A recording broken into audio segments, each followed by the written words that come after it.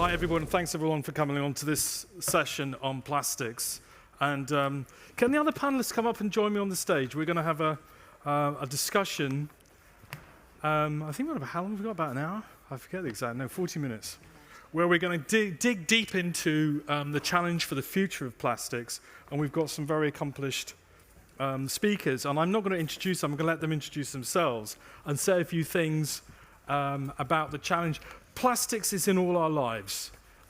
Plastic carrier bags, if we still use them. The containers that we take our takeaways away home in. It's used a lot, obviously, in the healthcare industry. But it's also an industry full of problems. And we're becoming much more conscious about the impacts of plastics in human health, plastics in the oceans, plastics in the broader environment. My background, I have a particular interest in climate change, and I look really closely at the oil and gas industry, and I was just pulling out some data just to sort of kickstart the conversation. And let me read, just reading from this, the chemicals is the largest industrial consumer of fossil fuels, petrochemicals accounting for 14% of global oil and gas and 8% of gas demand. And when we use fossil fuels for the manufacture of plastics, you can think of the impacts of that from the production, the transportation, the disposal of global plastics. And just looking at this data, we're on a pathway where plastics alone will generate 56 gigatons of carbon dioxide by 2050, which corresponds to about 10 to 13% of the remaining carbon budget we've got left to 1.5 degrees. Plastics, the use of oil and gas, it's riddled with problems, but also has these huge benefits to it. So what we're going to do in the next 35 minutes or so, and we're going to also have some questions from the floor, is dig into this a little bit deeper. But please, can you, if we start with you, Ross, introduce yourself and say a little bit about what you do, and why you're here, and what your work entails. Sure thing. Is the mic on? It's coming on. Cool. Hi, Ross Brooks. I'm investment director at Catapult Ocean. We're an ocean technology impact investor based here in Oslo. We're contributing to this event, Catapult event. We've made now 42 impact investments in ocean technology over the last 4 years. I think currently we're the most active seed stage impact investor in the ocean tech space globally. So well done Catapult team. Of course, circular economy is a big part of our ocean impact thesis when it comes to both circular economy of resources, but also environmental remediation of some of the toxins which plastics are vectors for, so PCBs, PFAS, plus. There are also challenges with kind of surface layer bacteria in the ocean, which are causing dead zones in the ocean. So aside from just the footprint of fossil fuel industry and plastic production, you also have these pretty disastrous bio problems for the ocean, which are removing or destroying the carrying capacity further for the ocean. So our thesis is really around ocean regeneration and climate. Plastics is a big part of our thesis, and hence why this is a focus area for our fund. Thanks for that, Ross. Gry, you're approaching this from a slightly different perspective because you're not an investor, but can you say a few things about Gry? I think it's probably known to many people. For those that don't, do you want to say a little bit about what you do? For sure. So I'm Gry Larsen. I'm head of sustainability and public affairs in the Gry Group. The Gry Group is a family-based business in Norway. We are in different sectors, shipping, logistics, some investments, and also in the aquaculture industry. And there are also several other businesses within the Gry Group. My background, I've been in the Gry Group for 1.5 years. Before that, I was national director of organization in Norway, a development organization working on gender equality and women issues. So I've kind of a different background than a business background. And before that, I was a Norwegian politician for several years, and was also a deputy minister in the Ministry of Foreign Affairs. So I come, with that background into working on sustainability in business. And I tell you this story because one of the reasons why I wanted to join the Grieg Group is that we have a mission, and that is we shall restore our oceans. And if you're going to restore our oceans, you need to work on plastic because, as you said, it has huge effects on the oceans. But I also think from a climate perspective, it is so important, and you gave the numbers, it is so important that we tackle plastic pollution. So we are trying to do what we can, both on the international level. We have partnerships with others addressing plastic pollution in the whole supply chain, and we are also trying to work concretely within our businesses to reuse, to recycle, and to reduce plastics. Lucy. So very similar mindset, I think. We were talking earlier, we come at this from similar but differentiated positions. So my name's Lucy Mortimer. I'm a partner in the Future of Plastics Fund. And we are a VC investor, investing in Series A and B into IP-led technology solutions that address both plastics and climate. So plastics broadly, upstream, which is things that can avoid plastic becoming a waste in the first place, material innovation, lightweighting, material efficiency, different delivery mechanisms and models, and then downstream, once it's become a waste, when it needs to be collected, sorted, cleaned, and processed into something. And Mark, you were just talking about the climate impact. So yeah, we've got some headline numbers up on we do. the screen. Do you want to tell us a little bit more about what we're reading here? Because the letter's a bit small. Do you want to? This is. Should I just go see? This was actually something we put together. We were throwing some ideas around about this idea of red herrings. So many of you have probably come across the idea that a bottle of water that is plastic is less good for the environment than an aluminium can holding the same volume of water.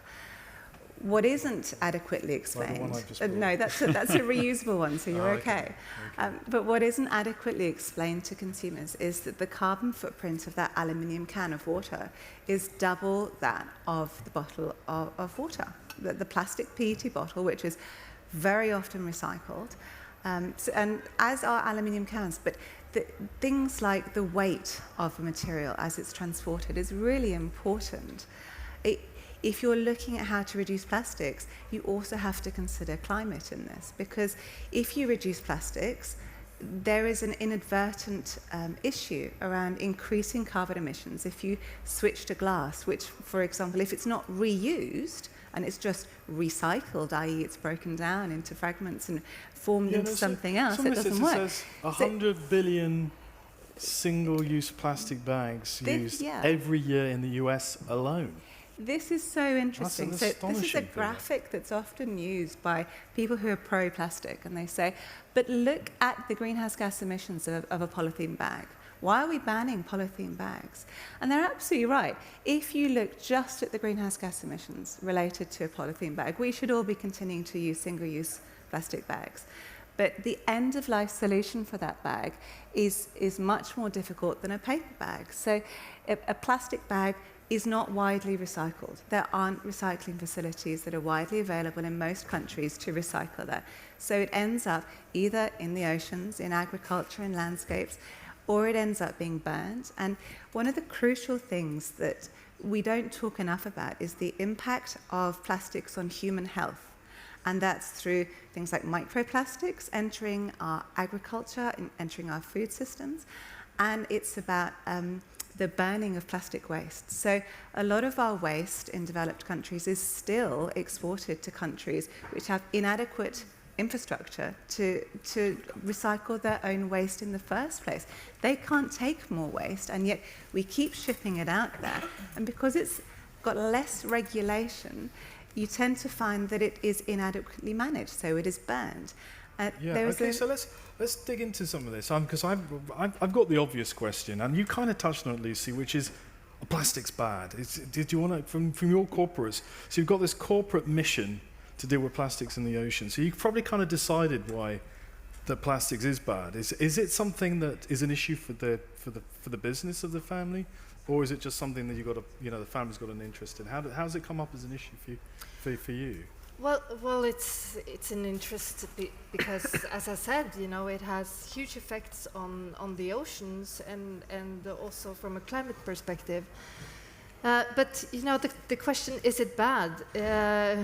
Well, the reason why it's used is because it's and it has good qualities. Sure. I mean, that is why it's used overall, and that is one of the challenges, to find other products that is usable instead. But the good thing is that a lot of things is happening. There are innovations happening, all over, both in Norway, also internationally. And then maybe, the most important thing, I can just, speak from a Norwegian perspective, is that if you look over the last 5 years, so many things have happened in the Norwegian society, and where the interest and the debate around plastics has totally changed. So you're seeing more and more businesses, more and more individuals has Norway focusing banned on this. plastic bags? No, we haven't banned. No. But has it come up as a political Oh issue? yes. Oh yeah. And do you think so? What's okay? So if we accept that plastic bags are environmentally damaging, they last for 1,000 years in the environment, but we can't get to the political space of banning them. Is that a human awareness issue, or is it business lobbying against it being banned? What do you think is preventing this becoming a political issue? Well, I think there are possibly several reasons for that.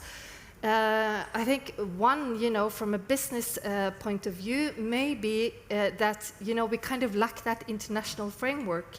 That it would be easier for businesses in Norway, or businesses no matter where they are, if we had that international framework, because then it's an equal playing field. Got it. And the good thing is that is happening now. Yeah, let's talk about the UN treaty on plastics. So I'm not sure how many people would know about that, but do you want to explain the significance of it and what's been decided because it's called a treaty, which is actually quite an important word used in international politics. Could you explain what it is and who's part of it and what its purpose is? Yeah.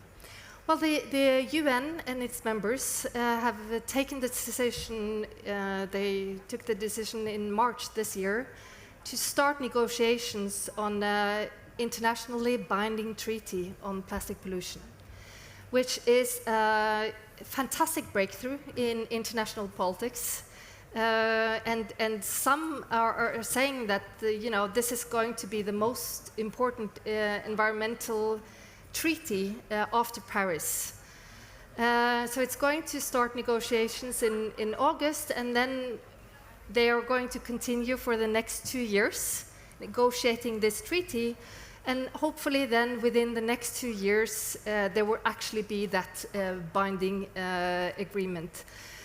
And so how is that going to affect, how do you think it's going to affect business and consumers? What's going to be the most visible thing if you're a citizen and you go down the shops and you see all this plastic that you're going to be using in your packaging or how you take it home or whatever? How are you going to notice that the world has developed a treaty, or is it not going to be so visible? Well, it depends on how strong the treaty will, become in the end. But they have already taken the decision to look at the whole supply chain. So they're, looking at production, getting rules on that, and then, through the whole supply chain. So I think it will be a game changer. I can't say now what the effect will be, but what we see with international treaties and agreements like that is that you will get more financing, there will be more people calling for stronger regulations nationally. So I think, I'm not saying that it's going to solve everything, but it is good that the international community puts attention and gets a treaty on plastic pollution. Brilliant. So, Ross, let's turn to you to look into actually how we're going to deal with the challenge of the waste problem with plastics. Because it's not just at the end of you've used your product, you've got your waste packaging or your waste plastic or your waste container, and you've got to deal with it. But it's the manufacturing process. So you talked about, you made 42 different investments in this space. What kind of what are the entrepreneurs coming to you with? What interventions are they saying? Look, we can help solve some of these problems. What are you seeing that's exciting you? Yeah, so 42 in the ocean space, but several directed at plastics and plastic solutions more precisely. I think just to start off with and to frame, I don't think there's a one-size-fits-all approach here. I think we need to be much more specific around different properties of different types of plastics and the different use cases. For example, a takeaway container might be a better candidate to be biodegradable than a medical device or a syringe, for example, which has better recycling infrastructure and end-of-life processing anyway. So we're covering the spectrum really from new materials all the way to industrial tooling. To give some examples, we've invested into a seaweed biorefinery company which is making a plastic alternative. We've invested into a tooling company which is solving a problem which is quite understood, I would say, up until very recently, which is that paint is plastic. We see a lot of photos of turtles getting stuck in, I don't know, beer rings, but this really unsexy industrial process of sandblasting offshore infrastructure has been has had very little focus on. I think on this point, coming back to the kind of red herrings and hidden opportunities, and also tying in with your point on legislation, I think a treaty is fantastic, but I think there are very, very large problems with enforcement still. In Norway, paint is actually the second largest source of microplastic in the Norwegian seas after tires. There has been regulation for the last 15 or so years around open blasting of offshore equipment, but there has been no occasion where blasting has been forbidden for a large oil major until 2018. Where that regulation actually started to kick in. They started to actually enforce it with, I think it was Equinor, said, no, you can't actually open blast now. So, we're trying to kind of pinpoint some of these less understood areas of emissions. So some of these entrepreneurs, are they bringing like plastic substitutes with completely different materials and chemicals? Is it viable? Or do we always have to use oil, gas as a primary feedstock? I mean, what are the alternatives? And how successful are the alternatives? Is it viable? I would say it depends at what scale. I guess is the short answer. I think we really look at the ease of integration into existing systems. I think if you wanted to replace, for example, polythene bags, then the scale of seaweed cultivation would have to be, I don't think we can actually do that, globally speaking. I think if we turn towards a more circular economy and use infrastructure or play circular economy models much better towards consumers and industry, then I think we'll get a long way towards solving the problem, and we can fill gaps with new materials, for example, seaweed-based solutions which are biodegradable. A good kind of cradle-to-cradle solution we've invested into is Matter, which collects microfibers from your clothing wash. So every wash will have emission going into the ocean, and microfibers are again a vector for bacteria, which are creating problems for the biosphere in the ocean. They've created now a Love Your Lint campaign, so you can actually send your lint back to them in envelopes to create new products from. And you might think, that's never going to happen. I mean, lint from your clothing, how much would you need? A lot of people told them that, and then they had a campaign recently of them literally swimming in envelopes that were sent into them full of lint. So the awareness is there. We've had microplastic beads in hair gels and shampoos, and until I read about it, I had no idea that what you're putting in your hair had plastic in it. I mean, these micro beads. have we succeeded in banning those? I think we've got close to doing that, not globally, but certainly more so recently. And this thing about lints and microfibers. I mean, Lucy, this is something you've talked a lot about recently. That we just, I mean, I was looking at the statistics about, because they're related, about the collapse in male fertility internationally. That's linked to the build-up of plastics in the human body. Also, some of the scientists are thinking there's a link between phthalates and other kind of plastic derivatives in the human body that's accumulated. Do you think the same is happening with microfibers? It's a big focus, I think, for both Ross and I. So, and we are actually considering an investment into matter as well, because we think that approach is really important. And can you just tell a bit more about about Matter's technology? So Matter and a few others as well have recognised that there's an issue at a consumer level, but also an opportunity at a business level. So microplastics enter the oceans, enter our water supplies through, for example, domestic washing machines. You get a lot of water that then carries away through the filtration system, the microplastics. And sometimes they're caught and sometimes they're not, particularly in developing countries they're not. In France, next year, I believe it is, there's new legislation coming which says washing machines have to be built with a filter in it, which is brilliant because it's going to make it possible. That's an EU directive. Well, it's it's being applied in France, but it will probably come later in Europe. And we're seeing companies like Matter working with the manufacturers of washing machines to integrate solutions to capture microplastics. Where it gets really interesting is when you scale that up. So textiles is a massive use of plastics. It's about 20% of the total amount of plastic that is produced globally goes into textiles. And all of that gets produced somewhere. Often it gets sewn in Bangladesh, it gets produced in China. There's less regulation there. So when the materials are washed, when they're produced, a lot of the microplastics that come out of those fabrics are just washed into the open rivers and oceans. This technology and others can actually be built at such a scale that you can capture that.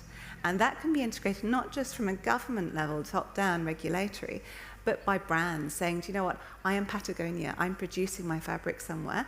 I want to ensure that I'm not going to be allowing microfibers to enter the oceans and the waterways. So I'm going to enable this technology to be deployed in a developing country that wouldn't naturally go out and purchase this technology. That, for us, is really interesting. Getting to that scale, that piece, getting to the source of the problem. So Archipelago's fund is more sort of early stage ventures, and the Catapult fund, again, more early stage ventures. Do you think the sense is that a lot of the technology companies that are addressing the plastics challenge are quite early stage, and there are not that many? I mean, Matters seems to be pretty far advanced. I mean, is it revenues? Where are these?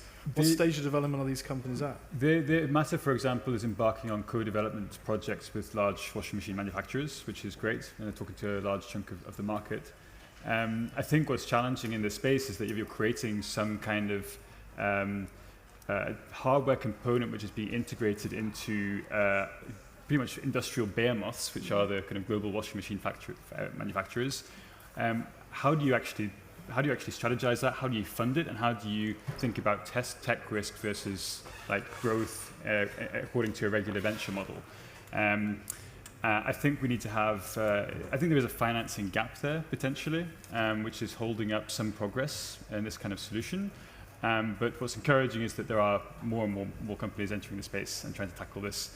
I think also on the tails of regulatory pressure, more awareness towards these do you think there's going to be legal liability on plastic producers and companies that use plastics in clothing for microfibers? Do you think someone's going to get dragged into court over this?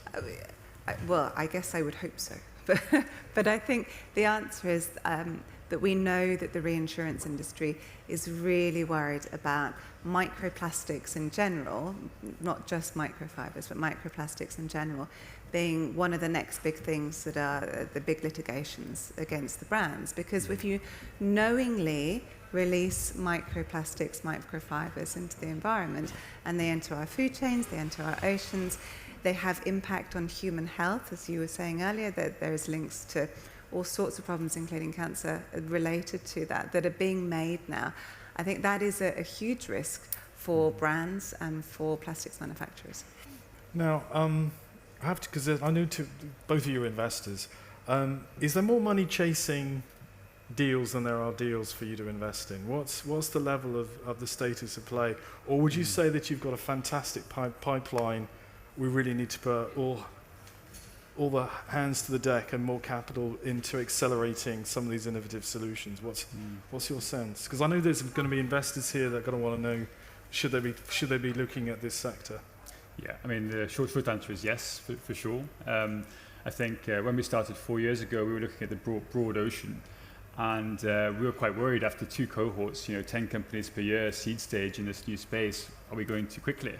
But every year we've seen more and more deals come through. I think the structure of the kind of this landscape is quite interesting from an investor perspective. You have quite large players making more kind of infrastructural bets, circular capital, for example, very, very important space, but a different kind of financing, project and utility and infrastructure kind of positioning. And you don't actually have that many investors who are in this kind of mid-range, who are going to support these types of companies up, comfortable with hardware, comfortable with tech risk, with low revenue, licensing agreements, and like kind of whale hunting. That's a bad analogy probably for this talk. In terms of your customer segment, I think we need more savvy, long-term impact investors who can kind of rally a community around these companies to help them scale. So I think there are enough deals, and we actually need more investors specializing to elevate them. And it's that long-term piece that's really important. So your average VC fund probably thinks some of these techs are quite interesting, but they need a longer development cycle than something that can get you in and out in 2 to 5 years on the most part. And I think that's where impact investment really comes into its own. So investors who understand they're investing, there is some risk to it, but you have to wait to allow those technologies to develop. At a pace, you need to assist them, you need to get them smart advisors to help them explore into other geographies, but you can't push it so that you're in and out, because then you get inadvertent responses. You don't follow where the impact is greatest, you follow only where the profit is greatest. And that is the difference between a VC impact investor and a VC investor. So, would I be wrong in saying that most of the companies you're seeing are in the global north as opposed to the global south? Now, to pause and reflect on that, because I want to ask Greg, because you've got this fantastic partnership with WWF in the Philippines, which is dealing with post-consumer waste and plastics in the ocean. Could you? Because obviously a lot of this plastic ends up, if for some reason, there's a sort of South China Sea, Southeast Asia. We entered into a partnership with WWF 2 years ago, and the background was, of course, they being an environmental organization, huge all over the world. With a focus on the oceans, we came together and just thought, could we do something together? Because we have the same commitment, but also because we represent very different segments in society. We being business, they being a civil society organization. So we set the goal that over a period of 3 years, we were going to, work specifically in the Philippines in a project in 3 ports, and reduce plastic pollution in the 3 ports with 50%. And ports, because we're also, in shipping, and one of the challenges related to ports and related to the shipping industry is the waste management systems in the different ports. So we have worked together since, a bit delayed because of COVID, but we are now testing different solutions in the 3 ports together with other partners, and our ambition is, of course, to reach that 50%, but also find innovations that are scalable. Right. Not only in the Philippines, but also in other parts in the world. And are these innovations, are they changes to practice of people operating ships or operating the ports, or have they brought in technology partners with a mechanism to collect and identify the waste and collect it from the oceans? I mean, Yes, that is what we're doing now. Right. So we are in the process now of selecting what kind of partners we are going to work with. And then, of course, you know, the technology part of that is going to be important. But also because it is in the Philippines, it's in, you know, a developing country, it is so important for us also to make sure that the inhabitants in the port area can be part of the project and can get livelihood opportunities. Right. So that we create something that is sustainable over time, also for the people living in the ports and around the ports. Yeah. I think that's really important to get communities engaged in this issue, and I think there is some might think that if you go to the emerging markets, you might have less will for consumers to actually recycle or to take care of waste. But an interesting, info point here, we invested in a company who are Singapore domiciled, but they operate in Myanmar. And they were based in Yangon first. Yangon has 3 waste sites in the city, and each waste site is the size of inner city Oslo. And that's dumps in one city. They had no recycling infrastructure at all, and they had very poor municipal waste infrastructure. And their business model is essentially collecting plastics pre-segmented from small businesses and selling it then to recycling companies. And even in the West, you have problems with segmentation. That's one of the big pain points in the recycling industry. Different grades, different colors of plastics. They had a remarkable level of segmentation because people were so aware of this issue. The segmentation was almost perfect, which allowed them to sell at a premium to recycling companies. So I think that's quite interesting when we think about, you can't have sustainability, you can't have these solutions in emerging markets or developing markets. They really want it to happen, and there's a huge will and opportunity to make it happen. Let's dig into a little bit into your investment thesis, your strategy. So you've got technologies or products which are alternatives to plastics. Then you've got reducing the impact from the production of the plastics, and then you've got the processing, and then you've got post-consumer waste. So there's whole areas of getting involved. I mean, the big one that I've looked at for investment opportunities is taking waste plastic back to the virgin polymers. And with low oil prices, it was cheaper for the virgin polymer than the waste. Are you finding with high prices for oil, it's making virgin polymers more expensive? So are you finding taking down back to the original chemicals an attractive area? Or is that just looking at the wrong end of the beast, as it were? I think it's all part of the solution. It's not the solution to it. So it falls under advanced recycling, sometimes called chemical recycling, and there's many different approaches within it that span from pyrolysis to gasification to microwave technologies, and they all reduce plastic either down to an original feedstock or a monomer, and that can be used in different ways. And it's very advanced, but it's also important to know 2 things. One, there's no facilities at scale yet, so these are all techs that are being developed. And 2, we have to be really careful when we consider them because they can work really well in a low carbon grid environment in Europe. Once you license them and you transport them to a carbon intensive grid, say Indonesia, they can inadvertently be releasing more carbon dioxide or more greenhouse gases than the plastic that you're saving. Basically, you're emitting more carbon just to save plastic, and that isn't okay, right. So let's assume you've got 100 Norwegian kroner, and that represents your fund strategy.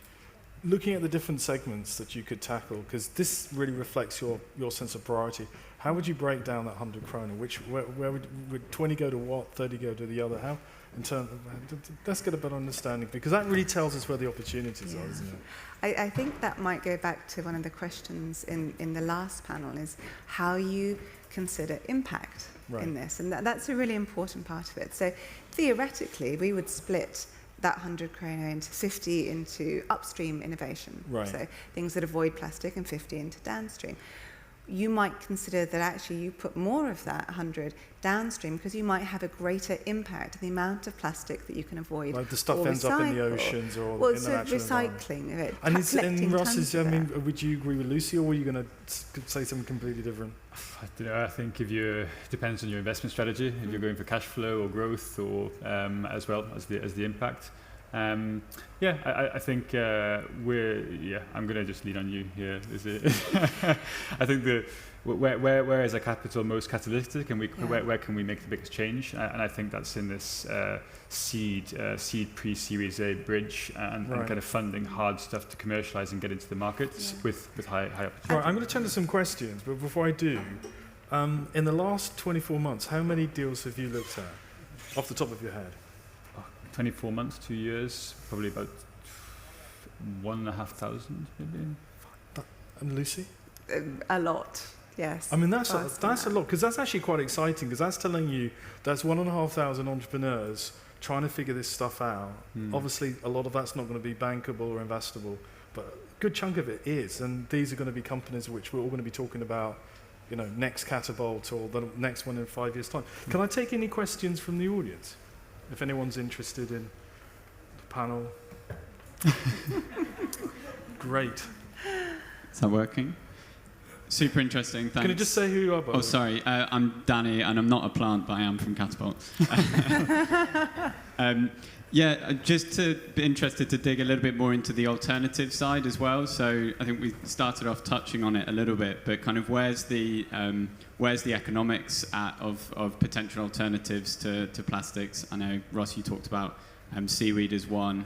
What are some of the kind of alternatives that you're seeing, and how are they stacking up? I guess both from an economic perspective and from a kind of climate perspective through the life cycle. So you're saying, are the alternatives cheaper, more competitive? I mean, do you want to go with that one first, Ross? Seeing that you both work together. Yeah, I would say the alternatives probably at this point aren't cheaper. So that's the kind of systemic change that we're dealing with. I think there are some areas, for example, algae fiber, which is replacing polymer-based fibers in clothing, which can actually be cost competitive with the plastic alternative, and a very high margin good business already. So I think it depends. The plastics production in terms of scale is just so enormous. I mean, the petrochemical industry in general is very difficult. It's going to be very challenging to get to the economies of scale we need to immediately, which I guess is why this is important. Lucy, I think there are several things along that. So many of those technologies have not yet been commercialized. They're still in that testing phase. So it's not unsurprising. They're not economically on the same par as a virgin polymer. I guess that one of the other things that we do look for, though, of course, is are they just replacing a single use with another single use?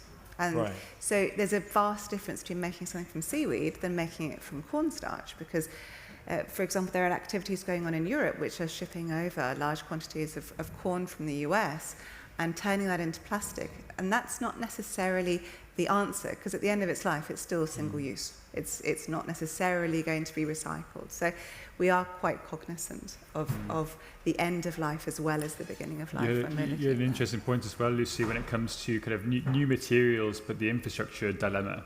It's like new materials which are biodegradable into existing recycling systems could actually pose a big challenge in itself. Huge, yeah. So another systems problem. And we should say why, Ross. So if a new material gets into the recycling system and gets into a bale of plastic which would be recycled, it can contaminate that bale. So you actually lose a huge amount of plastic. Yeah. And it's that inadvertent consumer action. This is so complicated. I know we're down to the last minute and a half. Is there any burning questions that I can sneak in? I'm going to just take one on. I saw was it the lady? Yes, I saw you first, and you have to forgive me. What do you look for in your due diligence process? What's making you, there's been a lot of talk about systems change and looking at it in a bigger system, but what is it that you're actually looking for when you do your due diligence? It's a big one for 1 minute. Yeah. I would say, course, high intentionality from the founders, commercial and technical team members, We'd like to have something which is potentially licensable in the early stages to commercialize and vertically integrate later on into larger industrial processes. Okay, and what's your website where everyone can read about what you're doing? What is it? Catapult Ocean, or catapult.vc, sorry, is the new one. Yeah. And briefly, for Grieg's work on plastics, do you have a part of your website where you talk about the joint venture with WWF? Yeah, you can you go either to the WWF website, or you can go to grig.no. Fantastic. Lucy? It's AEI.finance. And that stands for? Archipelago Eco Investors. It's about the idea of taking small parts and making them into something bigger. Good. So I'm here as Carbon Tracker, but I have another non-profit called Planet Tracker, where I've got 20 analysts writing, including on plastics, and that is planet-tracker.org. And you can read about our oceans and plastics work on that website. Thank you very much, everybody, for joining this panel, and thank you, guests.